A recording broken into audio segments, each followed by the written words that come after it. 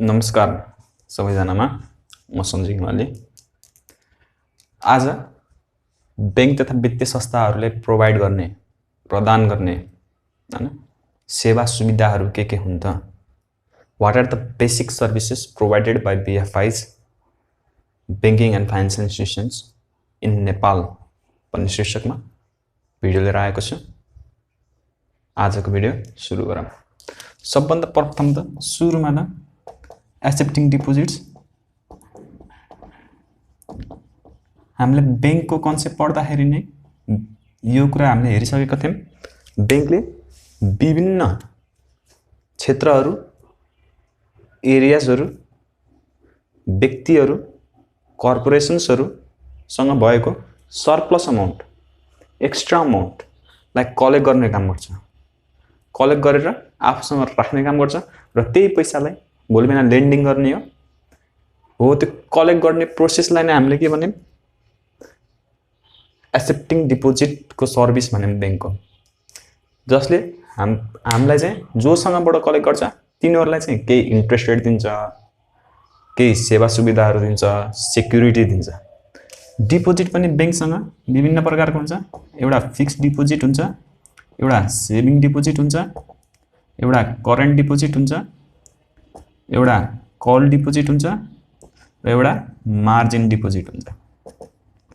यिनीहरुको बारेमा हामी डिटेलमा अर्को भिडियोमा हेर्ने नै छौं। अब हामी अर्को सर्भिसतिर जाम। बैंकले प्रोवाइड गर्ने अर्को सर्भिस भनेको लेन्डिङ क्रेडिट। यो डिपोजिट लिएको पैसा एउटाबाट लिएर जसलाई चाहिएको छ तिनीहरुलाई चाहिँ लेन्ड दिने गर्ने काम गर्छ। जसले गर्दाखेरि क्यापिटल फर्मेसनको कुरा आउँछ, क्रेडिटको कुरा आउँछ र इकोनोमिक डेभलपमेन्टको कुराहरु आउँछ, व्यापार व्यवसायको ग्रोथको कुरा आउँछ, सबै कुरा आउँछ। ल यो क्रेडिट दिए बापत बैंकले चाहिँ सर्टेन इन्ट्रेस्ट रेट पनि चार्ज गर्ने गर्दछ। हेरौं, बैंकले क्रेडिट प्राय दुई प्रकारले दिन्छ। एउटा चाहिँ होलसेल क्रेडिट हुन्छ, एउटा चाहिँ रिटेल क्रेडिट हुन्छ। रिटेल क्रेडिट भनेको साना साना ग्राहकहरुलाई दिने हो। जस्तै होम लोन भयो, अटो लोन भयो, एजुकेसन लोन भयो, हैन। त्यसपछि होलसेल क्रेडिट भनेको वर्किङ क्यापिटल लोन भयो, ठुलो ठुलो संस्थाहरुलाई, कर्पोरेसन्सहरुलाई दिने लोन हो।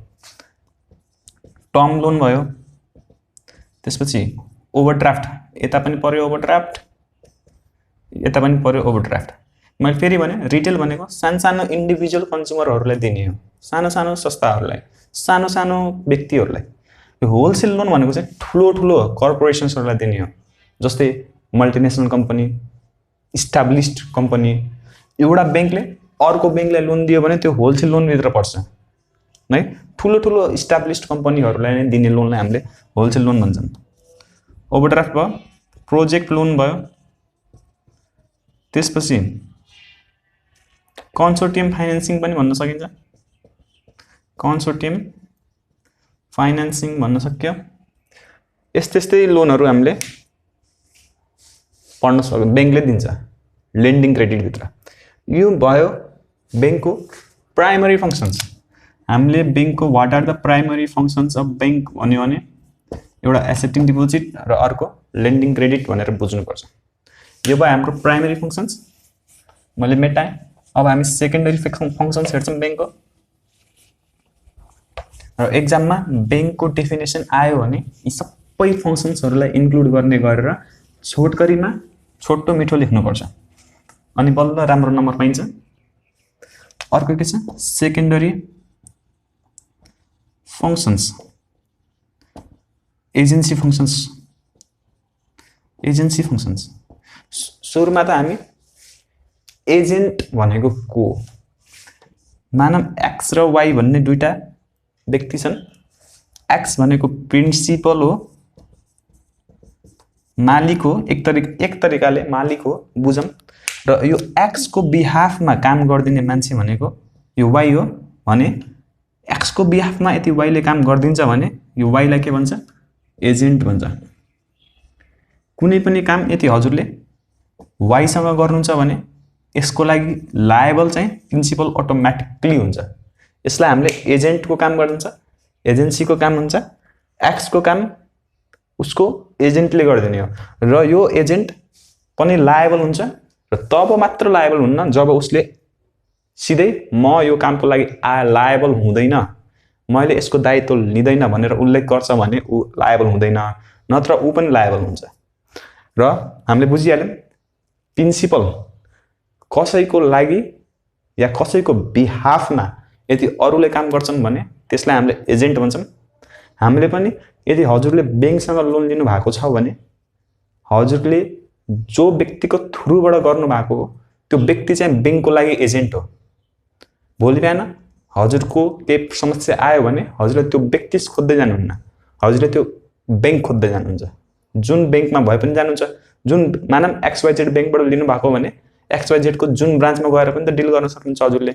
जो कस्टमर जो इम्प्लोइसँग हजुरले लिनु भएको थियो त्यो इम्प्लोइ त खोज्दै जानुहुन्न हजुरले, हो त्यो इम्प्लोइले चाहिँ बैंकको बिहाफमा एक्ट गरेको, त्यसलाई चाहिँ हामीले बैंकको एजेन्ट भनेर त्यसरी हामीले बुझ्न सकिन्छ। र एजेन्सी फङ्सन्स हैन, हाम्रो एजेन्सी फङ्सन्स भन्न खोजेको बैंक हाम्रो एजेन्ट भइदिएर काम गरिदिन्छ। हामी प्रिन्सिपल हुन्छौँ र हाम्रो लागि बैंकले काम गरिदिन्छ। कस्तो कामहरू हुन सक्छ भन्दाखेरि पर्चेज सेल अफ सेक्युरिटिज हैन, PS मात्र लेखेछु मैले सर्टकटमा। त्यसपछि collection of dividend, insurance payment हैन, हाम्रो इन्स्योरेन्स पे गर्दै है महिनाको लास्टमा भन्न सकियो। रेन्ट पेमेन्ट, रेन्ट पे गर्दै है भन्न सकियो। रेमिटान्स ट्रान्सफर गर्दै है भन्न सकियो हैन, यस्ता कामहरू गरिदिन्छ। अर्को इन्कम ट्याक्स, इन्कम ट्याक्सको कन्सल्टेन्ट, हामीलाई इन्कम ट्याक्सको बारेमा जानकारी दिए है भन्न सकिन्छ। यसरी के हुन्छ बैंकले हाम्रो लागि एजेन्सीको फङ्सन्सहरू गर्ने गर्दछ। यो पनि भयो। अब हामी अर्को छ युटिलिटी फङ्सन्स। युटिलिटी फङ्सन्स, अब युटिलिटी फङ्सन्स भनेको के हो त भन्दाखेरि कस्टमरलाई धेरै सेवा सुविधा दिनको लागि, एडिसनल बेनिफिट या फिर कस्टमरले बैंकिङ सर्भिसहरू लिनको लागि अझै सजिलो, अझै इफिसियन्ट, अझै इफेक्टिभ उपायहरूलाई हामीले के भन्न सकिन्छ युटिलिटी फेसिलिटिज भन्न सकिन्छ। बैंकको नजरबाट हेर्दाखेरि त्यसलाई हामीले के भन्यौँ युटिलिटी फङ्सन्स भन्यौँ। अब यसभित्र के पर्छ एटिएम कार्ड प्रोभाइड गर्ने, debit card credit card provide गर्ने, सेफ्टी लकर प्रोभाइड गर्ने, मेरो ह्यान्डराइटिङ फेरि अलि डेन्जरै छ, सेफ्टी लकरहरू प्रोभाइड गर्ने, यस्ता यस्ता ट्राभलर चेकहरू प्रोभाइड गर्ने, लेटर अफ क्रेडिटहरू प्रोभाइड गर्ने, यस्ता कुराहरू चाहिँ हामीले के गर्न सकिन्छ युटिलिटी फङ्सन्समा लेख्न सकिन्छ। त्यस्तै अर्को फङ्सन्स चाहिँ क्रेडिट क्रिएसन हुन्छ। हामी 4-5 नम्बर हो क्रेडिट क्रिएसन को सर्भिस। यदि हजुरले बैंकमा 1000 रुपियाँ डिपोजिट गर्नुभयो भने बैंकले त्यो 1000 रुपियाँलाई मल्टिपल टाइम्स एक्सपान्ड गर्छ। भन्न खोजेको त्यो 1000 रुपियाँबाट मानम क्यास रिजर्भ रेसियोले असर पार्छ 1000 को 33,000 अहिलेको कन्टेक्स्टमा 33.33 टाइम्स 33,300 रुपियाँसम्म एक्सपान्ड गराउन सक्छ। त्यो 1000लाई सम्म 33,000 रुपियाँसम्म निकाल्न सक्छ त्यो 1000बाट। भन्न खोजेको सिधै पैसा निकाल्ने होइन, तर 1000 को अमाउन्टबाट 33,000 सम्मको काम गराउन सक्छ। यसको कुरा बारेमा हामी डिटेलमा पछि पढ्ने नै छौँ। अहिले चाहिँ हामीले के बुझ्नु पर्यो भनेपछि क्रेडिट क्रिएसन भनेको बैंकले सर्टेन अमाउन्टबाट त्यो अमाउन्टलाई एक्सपान्ड गर्ने हो। त्यही फेसिलिटिजलाई, त्यही फङ्सन्सलाई, त्यही सर्भिसलाई हामीले क्रेडिट क्रिएसन भन्न खोजेको। त्यस्तै अब हामीले अर्को हेरौँ नन फन्ड बेस्ड सर्भिस, जसले यी त्यस्ता सर्भिस हुन् जसले व्यापार व्यवसायलाई इन्हान्स गर्न हेल्प गर्छ, डोमेस्टिक र इन्टरनेसनल ट्रेडमा हेल्प गर्छ, इम्पोर्ट एक्सपोर्टलाई सहजीकरण गर्छ र सम्बन्धहरूलाई अझै बलियो गराउँछ। त्यस्ता सर्भिस हुनु नन फन्ड बेस्ड सर्भिस भनेको जसभित्र हामीले लेटर अफ क्रेडिट भन्ने पढ्छौँ, बैंक ग्यारेन्टी भन्ने पढ्छौँ, बिल पेमेन्ट कमिटमेन्ट भन्ने पढ्छौँ, विभिन्न हुन्छ।